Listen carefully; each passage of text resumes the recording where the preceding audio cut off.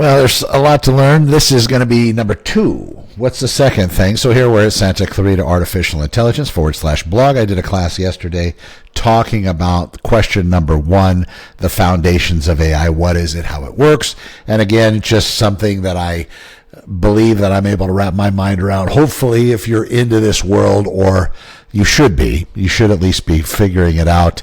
We're going to cover section 2 today. So you can see that. You can always, I'm going to go through 30 of these things by the time we get done. So please feel free to check them out so you can stay abreast of what's happening. Question number 2, what is the difference between artificial intelligence, machine learning, and deep learning? And now there's also agentic learning, or systems that are basically like Alpha Evolve. It's teaching itself by having particular agents that have been designed, synthetic, artificial intelligence type, that work together and actually make their code better, make the machine better by just asking questions. How can we improve performance? How can we make our responses more accurate? Those types of things. And it's a whole big deal. We are no longer on the, setting it and having human beings work on it. Now it's almost like a rotisserie oven, and you kind of set it and you forget it. Hopefully we do have people watching. So question number 2, what's the difference between artificial intelligence, machine learning, and deep learning? There's 3 things. So one of the references that people like to talk about, if you've looked at Russian nesting dolls, remember the dolls, and you take off one, it's got another one, they're egg-shaped, right? And then there's like 50 in there. Basically, it's kind of a trichotomous thing where you have the overall outside, which is going to be AI. That's the overall system. And then from there, machine learning is a subset of artificial intelligence. And then deep learning is even deeper within that nesting doll platform, or that nesting doll theory.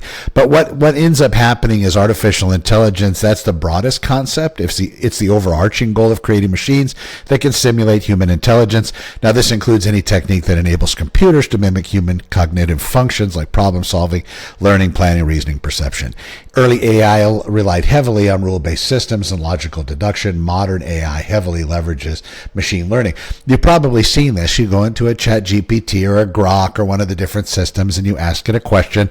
A lot of the times you understand that it has all the data, and sometimes it's biased. Sometimes it does give information that's a little askew from our general understanding.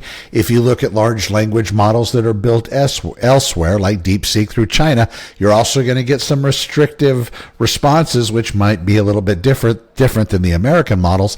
Again, it's the data set that these systems are educated on, and that's where you're going to get these biases and in some cases hallucinations, which would be if you're asking for something, it's giving you something else or something wrong, that could be deemed a hallucination. Maybe it's the bad data it was trained on, or maybe it's the output. But again, they're getting much, much better, but you still see that. Machine learning, it's the subset of AI, so it's the innermost, not almost the innermost all. So instead of explicitly programming a computer for every possible scenario, ML focuses on developing algorithms that allow computers to learn from data without being explicitly programmed.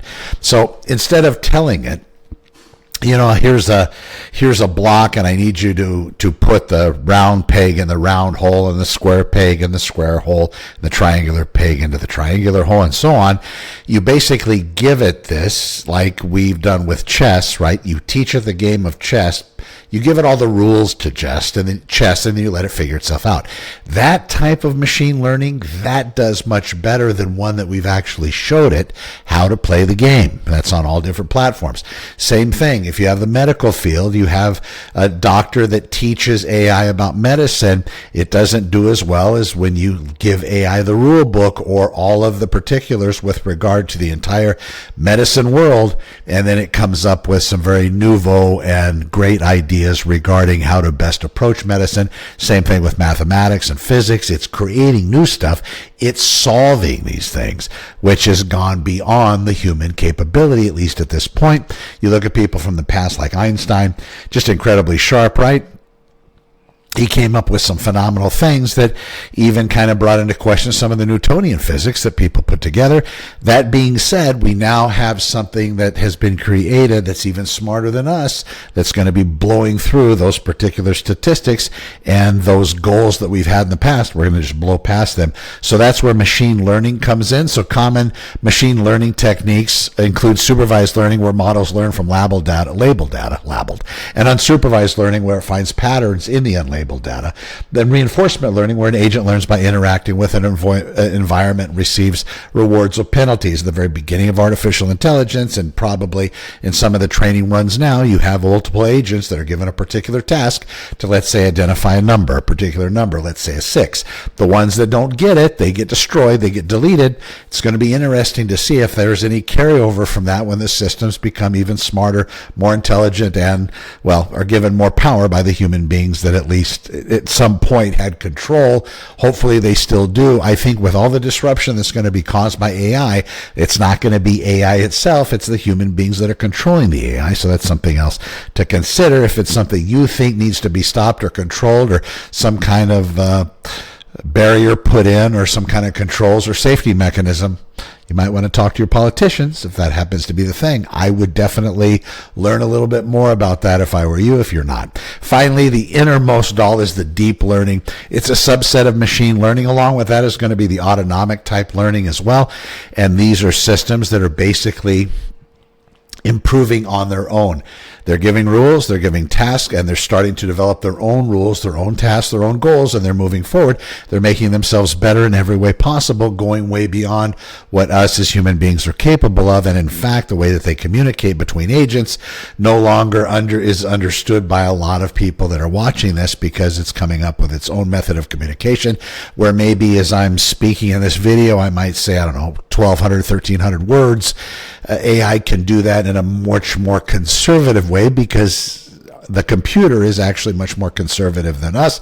So it's going to be able to convey a much deeper inference of thoughts than we ever would be able to in the way that we just speak these particular words. So it's going to be much deeper. If you look at the Greek language, in some cases, some of the words in Greek they take paragraphs of English to really understand and grasp. That's the Koine Greek language. So you have a superior, in somewhat ways, that's going to be very similar to the different ways that AI is going to be communicating with itself. We'll have to keep an eye. We also have output layers in the neural network. More layers allow the network to learn more abstract and hierarchical representations of data. For instance, in image recognition, an early layer might detect edges, middle layer might combine edges to form shapes, a deeper layer might combine shapes to identify objects like faces or cars. Deep learning has been responsible for many of the most impressive AI breakthroughs in recent years, including highly accurate image recognition, natural language translation, and autonomous driving systems. The self-driving cars hasn't been new. This has been around since 2010, 2012, and you can thank Google for building a lot of that stuff into the world, also coming up with the transformer architecture that these particular systems use. Again, Google, and Google doesn't seem to be the system out there that is creating all the buzz and all the drama. They seem to be they got their nose to the grinder, and they're moving forward. They're keeping their mouth shut, and they're sending out these brilliant research papers. I think Google's the sleeper. I think we need to watch and see what happens. So in summary, you got AI, that's the big goal, making machines intelligent. You got ML, machine learning, a way to achieve AI and machines learn from data. And then, of course, DL, the deep learning, a specific powerful method within ML using deep neural networks to learn complex patterns. Again, simply just kind of a breakdown of how the systems work. Next video, we're going to talk about how does AI learn exactly and give you an idea and a glimpse into that particular world. I'm Connor with Honor, Santa Clarita Artificial Intelligence. We'll see you in the next one. Thanks for watching.